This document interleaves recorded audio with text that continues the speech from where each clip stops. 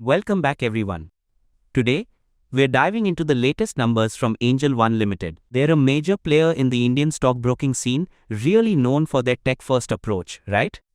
Absolutely. Angel One is one of the largest listed retail stockbrokers in India, especially in terms of active clients on the NSE. They've really pushed their digital platforms like the Angel One Super App, Smart Money for Education, and Smart API for developers. They're not just about broking, they offer margin funding, advisory, and distribute third-party products too. They've also recently ventured into asset management and wealth management. Got it. So they've just released their results. What period are we looking at?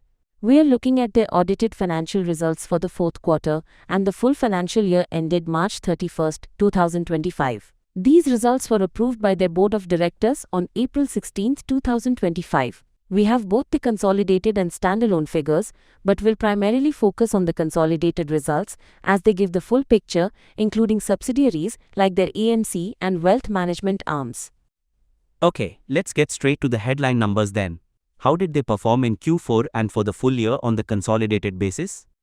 Alright, starting with the consolidated results for Q4 FY25. Total income came in at 10,578 million rupees.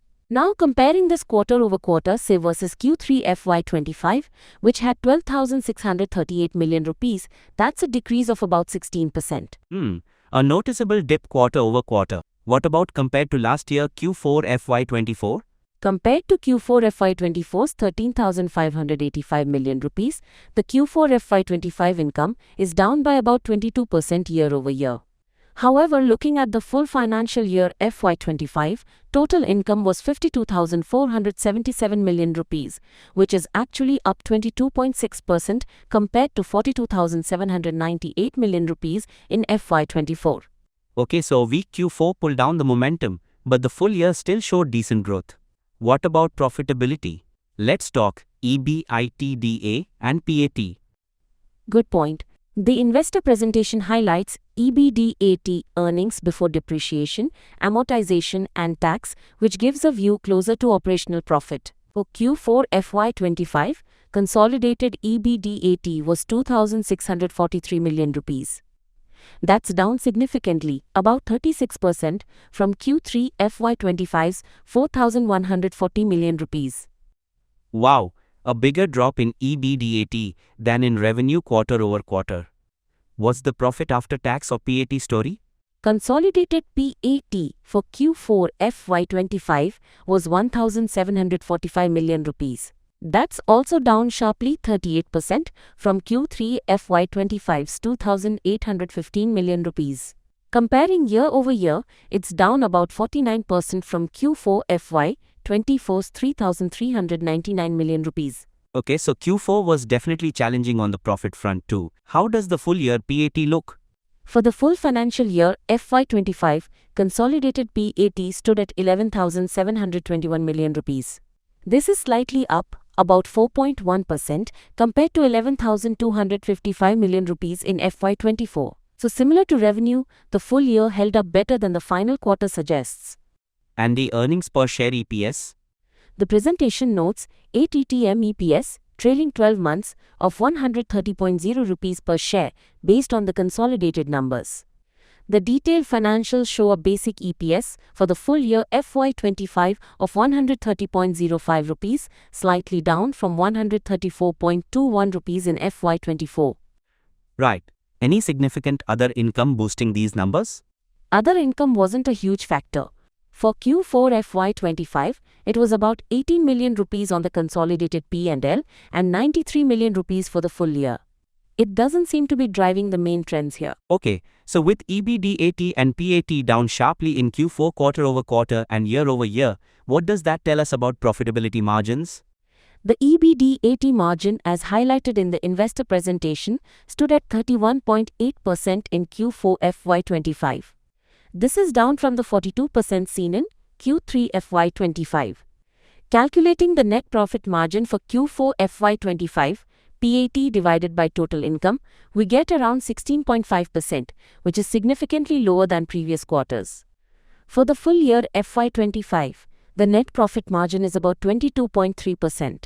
So margins definitely took a hit in Q4. Were there any exceptional items impacting the results, or is this a reflection of core performance and maybe higher costs?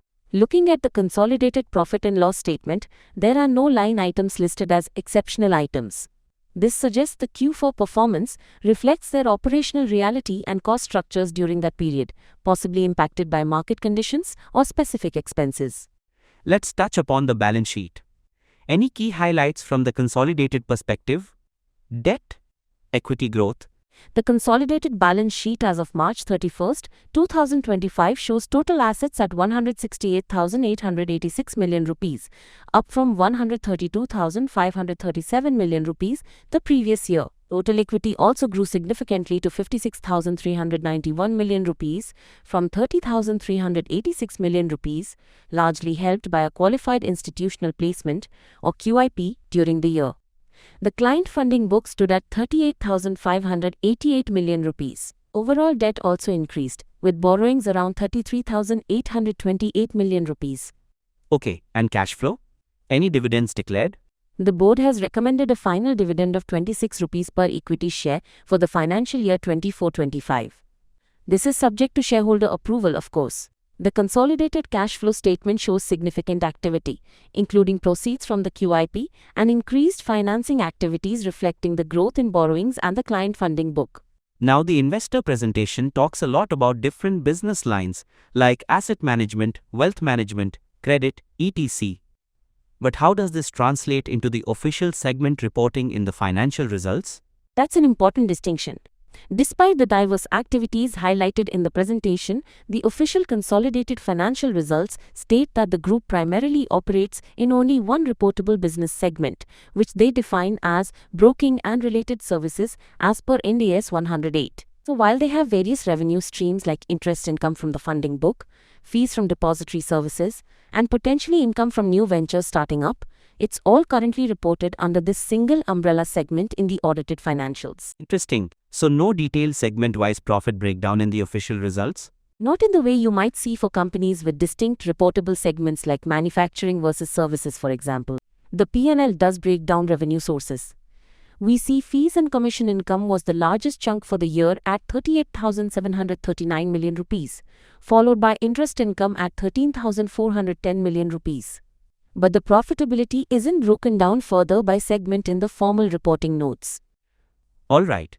So summarizing the performance, Q4 FY25 looked weak compared to the previous quarter and the same quarter last year, with revenue and profits down. But the full year FY25 still showed growth in revenue and a slight increase in PAT compared to FY24. What context did management provide for this? Management commentary in the press release acknowledges FY25 was transformative but also faced headwinds, specifically mentioning the implementation of F&O regulations and a volatile geopolitical backdrop.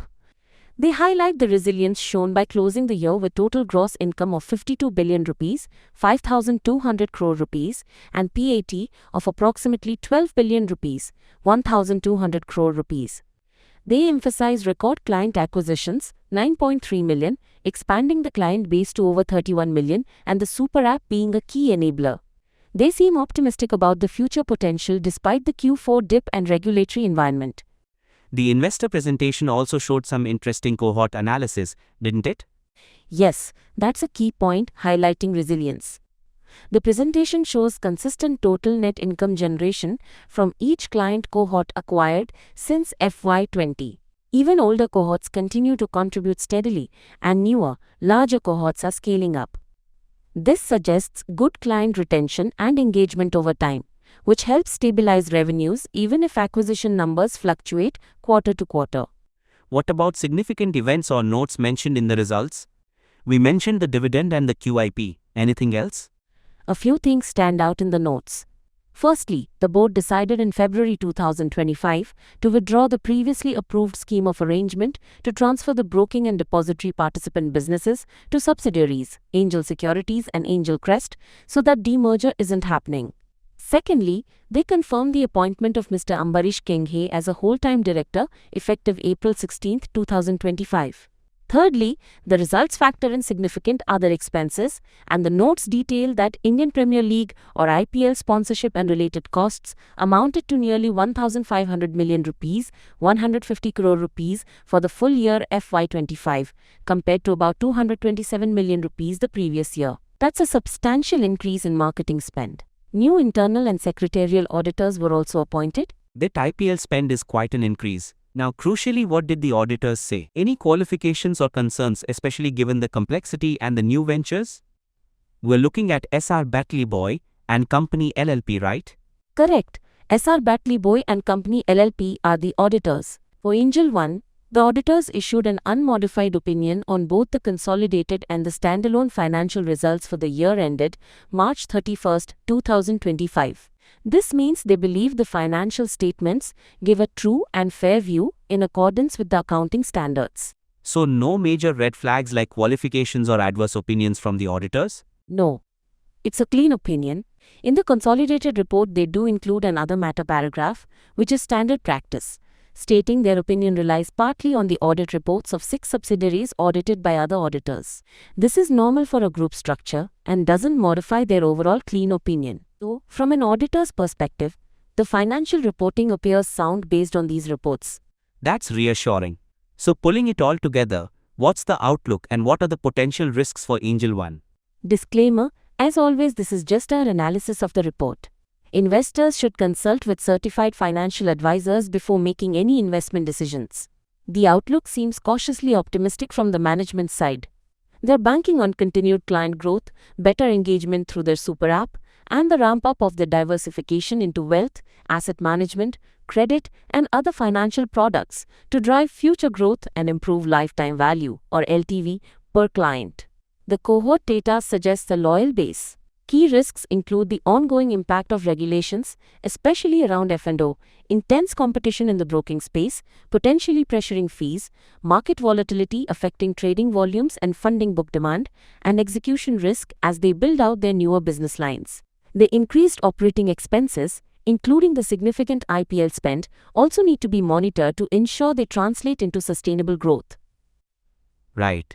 So, to conclude, Angel One finished FY25 with overall revenue growth and slightly higher PAT than the previous year, despite a notably weaker Q4 performance in terms of both revenue and profitability. Client growth remains strong, and cohort analysis suggests good engagement.